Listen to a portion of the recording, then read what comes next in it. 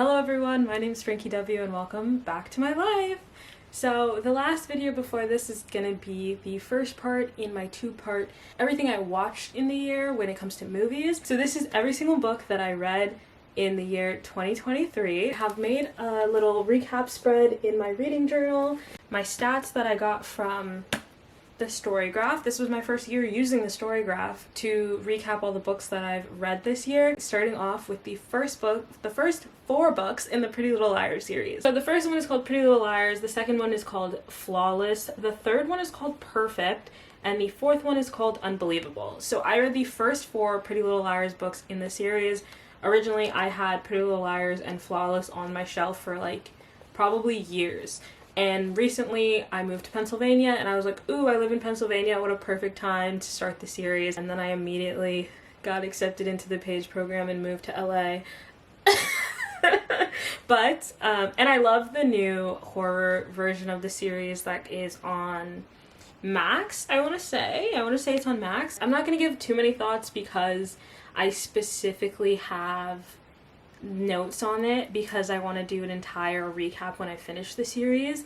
But in the first one, I was kind of convinced that Ezra Flops was going to jail. Everyone made it sound like he was going to jail, but I literally just was reading it and I was like, I can't wait for you to get arrested. In the second book, I would say that there's a lot of characters in the TV show that actually don't make it in the books, like, and that's not a laugh, but I'll say my opinions when I talk about the books, but I will say that one of the biggest differences from book 2 is Toby's storyline. One of the biggest differences in book 3 was Emily's family was trash, Lucas was super sweet. Like, the thing is, if you've seen Pretty Little Liars, the TV show, if you've read the books, if you haven't, the first A is very obvious. So I knew reading the book who A was going to be in the fourth book. I think the reveal in the fourth book wasn't that big. Like, I don't know, the way that Hannah revealed it made me want to hurt her. Like, I was like, Hannah, what? I did like a recap after every book, like body count, 1 dead, 1 died, and I that's so morbid, but that's kind of what I was expecting from the book series. Talia Hibbert's Highly Suspicious and Unfairly Cute. Talia Hibbert is the author of the Get a Life, Chloe Brown, Actor Age Eve Brown, and there's one more Brown sister book. I haven't read those, I really want to, but this was my introduction to Talia Hibbert, and I thought it was really cute. This was a really cute book. I did think it was unfairly cute. I loved it, and I want to read more of her writing for sure. The next book that I ended up reading was Jenette McCurdy's I'm Glad My Mom Died. This was a book I read in 2022 and I think I took a really big break from reading it. Also, it got damaged.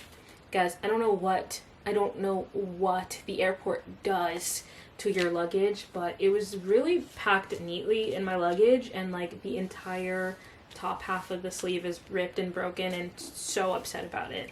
So please don't even look at it, like I'm just gonna cover it up. I started this book, I want to say in 2020, and I took a big break from reading it. I think one of the reasons I took a break from reading it is because it's really, really, really dark, and it gets darker as it goes along. And not to say like there are obviously trigger warnings for everything, but as someone who's had my own experiences with disordered eating, I would say some of the final chapters goes into a lot more gruesome detail of her disordered eating and her experiences with it, and just like the aftermath of that. And I just think that for my own mental health in 2022, I could not handle it. But I finished it in 2023. It was an amazing and remarkable book. It's a 5-star book for me. I think it's so impactful. Yeah, I think she does something really interesting where in the beginning chapters when she's in her younger perspective, it's like we're in that young mindset that the writing is more simple and less complicated, and even her own experience of like trying to describe her OCD to us was really interesting. And then as she grows older, her writing becomes more complicated and complex, and yeah, Jenette McCurdy's a really good writer. The next book that I read is actually an audiobook. It's called Girl Alone. It is the first of many FBI Ella Dark suspense thrillers. It is, I would love to say, like, very deeply gives Criminal Minds vibes, and Ella Dark is like our own version of Dr. Spencer Reed, where she's a very young and intelligent woman working in FBI, but she wants to be a profiler, and she doesn't have the ability to be one yet, and she kind of is given this chance to one-off work on a case, and the story follows from there. And the book is really interesting. It's really intense at times, especially there were a couple of chapters where we either get the victim's perspective, like the victim who's about to get killed's perspective, or we get from the killer's perspective, and I did think that those were very interesting. Like, I'm a person who loves third person as like in a style. I don't really love first person reading. I know everyone else is the opposite. I don't know why I prefer third person, but it works really well in a story like this because you're getting a bird's eye view of the narrator, and it's almost non-intrusive in a way. It's really interesting. That was my first audiobook of the year, and that's actually what kind of triggered me into reading more audiobooks. The next book that I read this year would be The Power. Wow. This is another book that I think I got a chunk of it read in the airport. It is a fiction story It's a fiction story about if young women had the ability to gain electricity powers because of their, I want to say it's a spleen? Something like that. Like there's like a new body part in them that gives them electricity powers. And I think something that's truly interesting about this story, one, I bought this book years ago and I never read it, but I've had it on my shelf. I'm so glad I waited to read it now as an adult. I think when I was younger, even if this is, I don't think this is YA, but I think if I was younger reading this, it at times gets really, really dark. And it was a lot for me to handle emotionally at times, but I know recently they've made an adaptation on Amazon Prime that I haven't seen yet, but Alu Carvalho and Nico Haraga are in it, so I really wanted to watch it, and I wanted to read the book before watching it. I think it brings back a really interesting conversation I had in high school. It was kind of like, if women ruled the world instead of men, would things truthfully be better? And I think at the time I was like, yeah, women are so much better than men, like, it's just because of patriarchy, blah, blah, blah, blah. Like, and then we had, like, a really introspective conversation that, I don't know, I was 16 at the time, and I truthfully understood that it's not gender, it's still people, and this book does a really good job showing that just because women are put into power doesn't mean it's all for good. Like, there are women who do horrible things in this book, and I think you should check your trigger warnings before reading it. And some of it was just really, really hard to read, and I just don't think that certain things need to be depicted in media. But this book does a really good job of like showing the upheaval of what would happen if women suddenly had the power over men, how men would feel about it, what men would say, their reaction to it, and it was just a very interesting, introspective book. And besides it being fiction, I would also possibly call it speculative fiction, because they do have these like kind of inserts and excerpts of what is said to be like these contraptions or like former artifacts that kind of prove that at one point there was a society there were people in society that had electrical powers, and there's like little inserts like that throughout the entire book, and I just thought it was really interesting. So again, read the triggers on this. This is a very triggering book, but was a really interesting book as well, and hopefully I get to watch The Power soon. The next book that I read this year would be The School for Good and Evil. This was a reread. The School for Good and Evil is another 5-star book that I've just always loved. I've already said this before, but after Harry Potter and is this after the Hunger Games? Honestly, after Harry Potter, after the Hunger Games, after the Maze Runner, there was just a hole for a new series to kind of take me by the throat, and I was 13 or 14, and my school had the Scholastic Book Fair. If you don't know what that is, it's basically this fair where Scholastic puts a bunch of books out for kids to look at and read, and I never was given an allowance for it, but a lot of kids, I went to a very rich school, and I remember one of my friend's parents bought me this book. Or no. They bought me Brandon Sanderson's Steelheart, and one of my friends actually bought this book, and they saw how much I loved it, and they gifted it to me. I'm no longer friends with that person, but I will never forget that kindness. So thank you to Natalie, even though we no longer speak. I was at her house reading this book, and I finished it, and I out loud, I think I screamed. I said, what the heck? I hope I didn't say fuck in front of her parents. I don't remember, but I was like, what the heck? And I was so upset about how this book ended, and I was so upset that there wasn't another book yet. And I've mentioned this in my cataloging book because I have the collector's edition of this book now. This series started when I was 12 years old, and the final book came out when I was 20.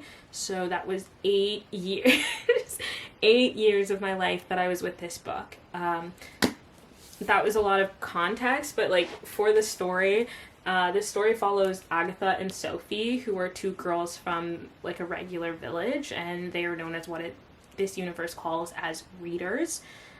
Two children every couple of years get kidnapped from their town and disappear, and some speculate that they end up in fairy tales, but because they'll recognize them in the fairy tale, but nobody truly believed that. Sophie believed it, and she is a very surface level person who only does things for good when she thinks that people are watching. So she believes that all these good deeds that she did will reward her by the schoolmaster coming to kidnap her and take her away to the school for good so she can become a princess. And one thing I will say, I don't want to spoil this book. There's multiple books in the series. One, the map of the school is just really beautiful, but I want to read you the opening line because we even talked about it in this writers group that I have with Thomas, Cassidy, Katrina, Kari, and Sierra. I remember reading this to them. This is my favorite opening line ever because we talked about like books that hook you. Sophie had waited all her life to be kidnapped, but tonight all the other children of Gavaldon writhed in their beds. If the schoolmaster took them, they'd never return, never lead a full life, never see their family again. Tonight these children dreamt of a red-eyed thief with the body of a beast come to rip them from their sheets and stifle their screams. Sophie dreamt of princes instead. That's an insane first couple of sentences. And yeah, basically, the fairy tales that you read are real. And there are children who attend a school for fairy tales to be put into one. And yeah, that's all I'm gonna say. I listened to this as an audiobook, I think I was home. Oh my goodness. I think I was home for Thanksgiving, and this is when Spotify literally just started doing audiobooks.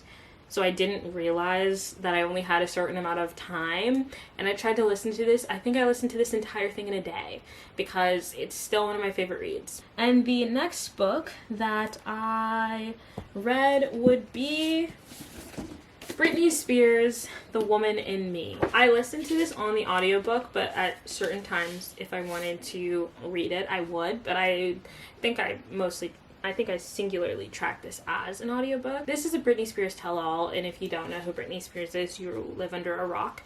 But she kind of talks about all of the abuse and just negative experiences that she's had in her life. And I will say this now. I'm a Britney girl. I don't think I was like the target demographic for her when I was younger because I was too young to really know who she was in the beginning. But I liked her music. I thought she was cool. And just everything that I've learned about her, I remember watching the Free Britney documentary that was on Hulu.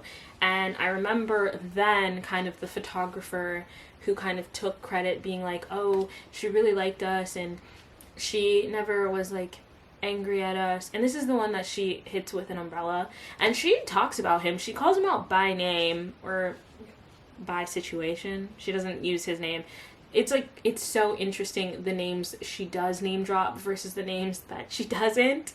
But this was such an interesting book. Here are my thoughts. I wrote down thoughts about this book. So I said, I know that Hollywood is kind of small, but hearing people like Christina Aguilera be name dropped so early on was kind of shocking. Ages are a bit confusing. The fact that people are slut-shaming her so early is so disappointing, and I forgot how much hate they sent her, but this is invoking a lot of anger in me. Old men being a fan of young girls will forever give me the ick. That's... I screamed about the Faux Shiz chapter 10 because that was blowing up on TikTok. Big Rob is someone that I actually know from the pop culture zeitgeist because of Rob and Big. So like knowing that he was also her security guard was so insane. Like I'm guessing he was her security guard before he met Rob Dyrdek, but that was so interesting. I'm glad that she briefly apologizes to Alexa Nicholas. So those are kind of like little snippets of my thoughts reading the book. The reason that I kind of actively took notes while reading this book is because the page program that I'm in the page program, I think I've mentioned that a bunch of times, but a lot of the LA based pages were like, let's do a book club and let's read this book.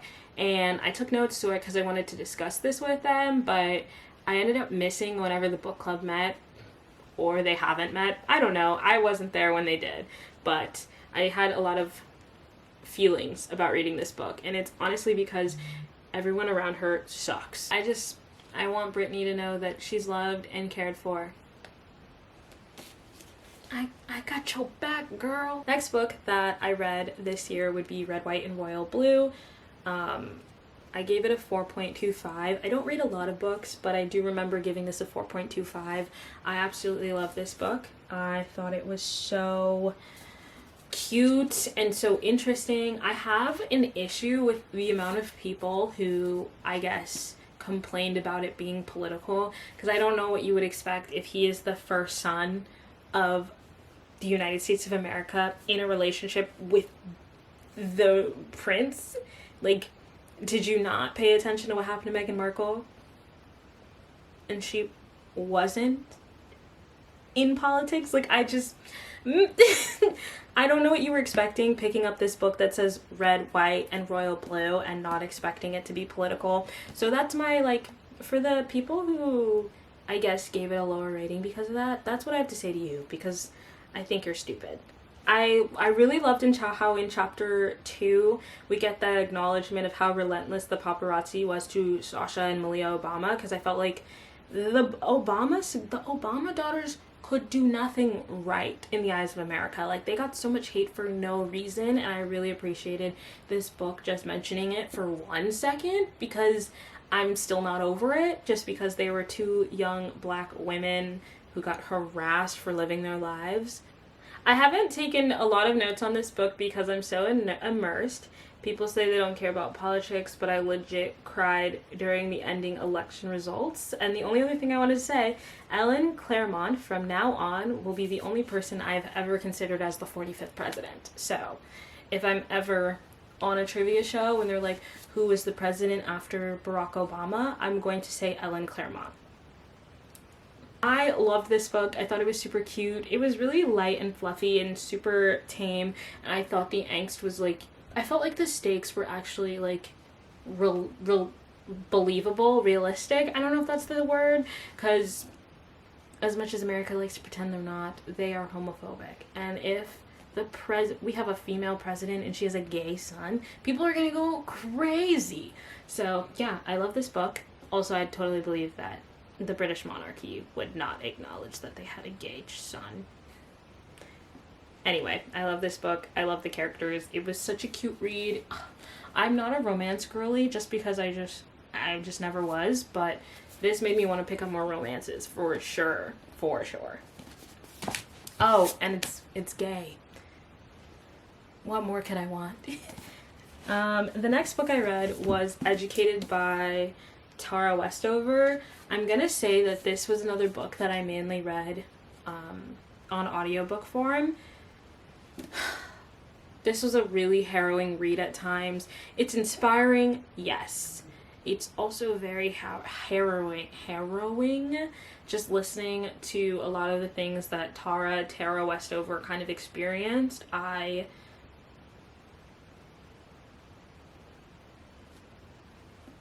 just, like, the cycle of abuse that she was experiencing at times, it's just insane. So, for people who don't know, this book follows Tara Westover, who was the daughter of doomsday preppers, which is kind of like her parents believed in things like the end of the world and the Illuminati, and they pulled her out of public education and they homeschooled her, so she didn't really have a formal education, and she wanted better for herself, so she takes the initiative to leave home and educate herself. And there's even this scene where she's in college, she's made it, and she asked her professor what the Holocaust was, and everyone thought that she was kidding, and they thought she was making a horrible joke. And it kind of I just think this book was so intriguing, so interesting, and hearing about all of her different perspectives. This is an amazing book. At times it was just so much to read, especially just because of how problematic and racist and homophobic her family is, but it's so amazing to see that she's come from that, grew from that, and yeah, I feel proud of her in a way, you know? Next book that I read this year would be Perks of Being a Wallflower. And fun fact, I've seen this movie multiple times. I listened to the soundtrack of this movie multiple times. I've never actually read the book. I never actually owned the book. I got the book the beginning of 2023 because one of my cousins bought it as a housewarming gift for me because it was on my Amazon wish list.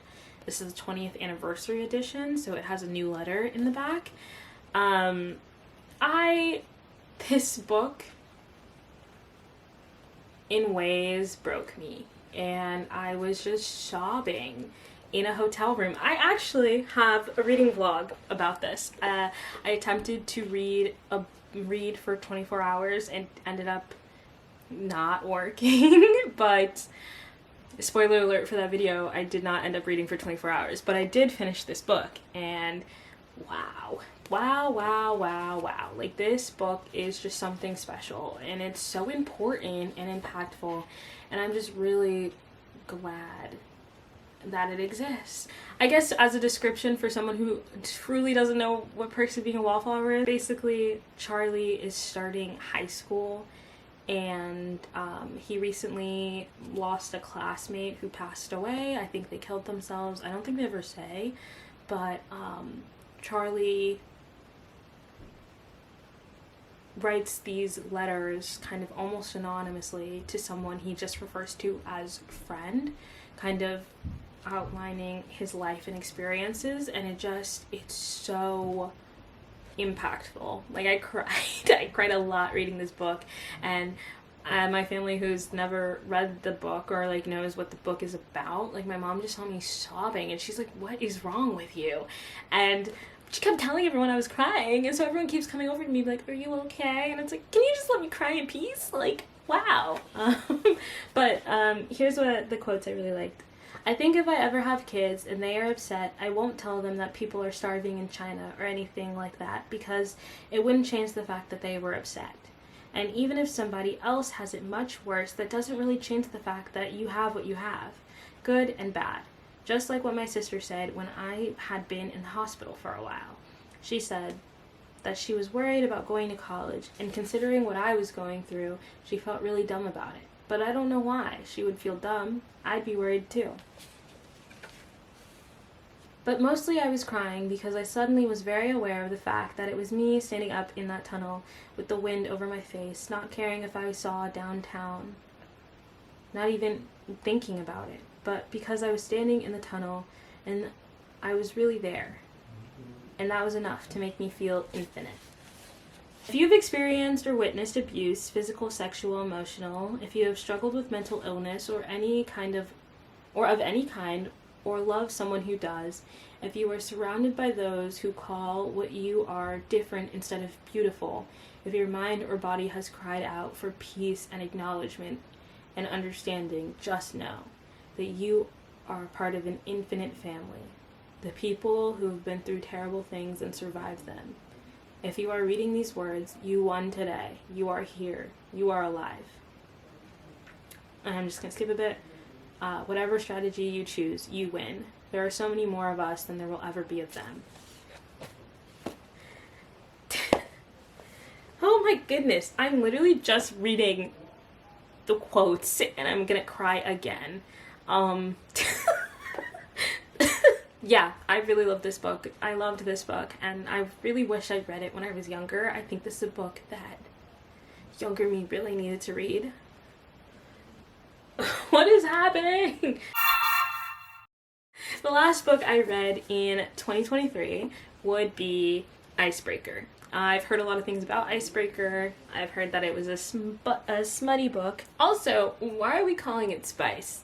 Who decided that we were calling books with smut spice? Like, I remember when they were lemon, I remember when it was smut, but I don't remember when we turned to spice. I don't like that. I don't. So this is a smut book, and I think smut is a better word than spice, just saying. Anyway, this is the first book in a like kind of standalone series called Chestnut Springs, I believe, by Hannah Grace. This was the first one in it. I actually really enjoyed it. I thought it was really interesting. I had kind of an inclination where part of it was gonna go, and it went that way, and I honestly reread it just to have the satisfaction of, like, not the entire book, the section. Spoiler alert, someone gets punched in the face. I reread them getting punched in the face multiple times because they deserved it. They deserved it. I really enjoyed this book. I enjoyed it more than I thought, and the characters that the next standalones are about, I enjoyed in this book, so I'm more inclined to read them, because I definitely thought I was just going to read this one and not read the other ones, but I do like the characters that we are going to expand on more, so why not read it? These two books, read in the reading vlog, so if you want more opinions on it, I feel like I go into a lot of detail there, so that's all I'm really going to say about Icebreaker. Here are all the books I read this year. Again, 4 physical books are in my apartment in LA, and one of the other books I read was an audiobook, but that is the stack. Now we're going to go into some stats. I showed my spread earlier, but I'm going to share my Storygraph stats for 2023 now. So again, I got the Storygraph kind of halfway through 2023, so it's not accurate on the first book I read this year. The first book I read this year is actually Pretty Little Liars, and the last book I read this year would be Icebreaker. The longest book that I read this year is The School for Good and Evil, which is about 487 pages. The shortest book I read this year would be Girl Alone by Blake Pierce, and that would be 211 pages. And I guess now we'll do some stats. So I read 14 books this year. My goal was 12, so I went over my goal by 2, which is great. I read 3,765 pages, and I listened to 42.85 hours. My biggest book percentage was emotional. It was 50-50 on my books I read being fast or medium paced. For page numbers, 22% of the books I read were under 300 pages, while 78% of the books I read were 300 to 499 pages. For audiobook length, 40% of the books I read were under 8 hours, and 60% of the books I read were 8 hours to 15 hours and 59 minutes. When it comes to nonfiction versus fiction, 21% were nonfiction and 79% were fiction. My biggest genre was contemporary. 8 of them were contemporary. When it comes to formats, 64% of the books I read were print, and 36% of the books I read were audio. I've read 3,050 pages and 46.27 hours. I don't know. Oh, I guess that's of books I finished. That's of books I finished. And my most read author was Sarah Shepard. I read 4 of her books, the 4 Pretty Little Liars books in the beginning of the year. And then here's a little chart of when I read. Most of the books I read came at the tail end of the year. I didn't rate all of the books I read, but I gave The Power a 3.75. I gave Britney Spears' memoir a 4.0. I gave Educated by Tara Westover and Red, White, and Royal Blue 4.25. And I gave Jenette McCurdy's I'm Glad My Mom Died, The School for Good and Evil, and The Perks of Being Wallflower a 5-star. That was a lot of speaking. Wow. Those are all the books I read in 2023. If you want to follow along, see what I'm reading, see my stats, I'd say follow me on the story graph. I know the story graph isn't really meant for like a social platform, but I just prefer it. I'm nosy, and sometimes I'll see like your friend started this book, your friend finished this book, and that's it. I will not be getting a Goodreads. It's too confusing, and I just don't think it's user friendly. So, bye!